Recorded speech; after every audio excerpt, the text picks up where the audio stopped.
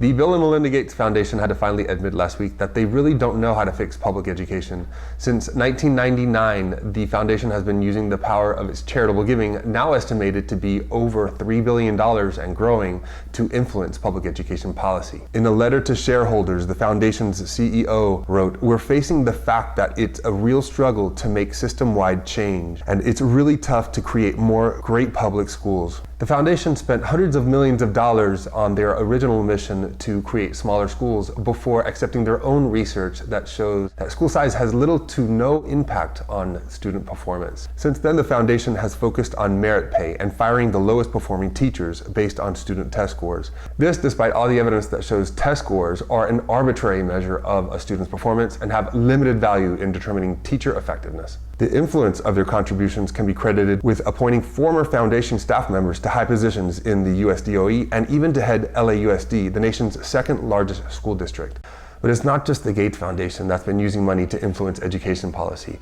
The Walton Family Foundation has poured billions of dollars in campaign contributions and charitable giving in support of expanding school choice, with the stated objective of creating competition. They're also the largest contributor to Teach for America, which places recent college grads with only 5 weeks of training and who often quit after only just 2 years in the lowest performing schools in the country, essentially driving teacher turnover where experience most matters. It's not a coincidence the Waltons built their family empire on ruthless business practices, including wage suppression and union busting, and the teachers' unions happen to be the last of the great institutions left in collective bargaining. Rounding up what Diane Ravitch calls the Billionaires Boys Club, the Broad Foundation has invested over $75 million in expanding school choice in Los Angeles.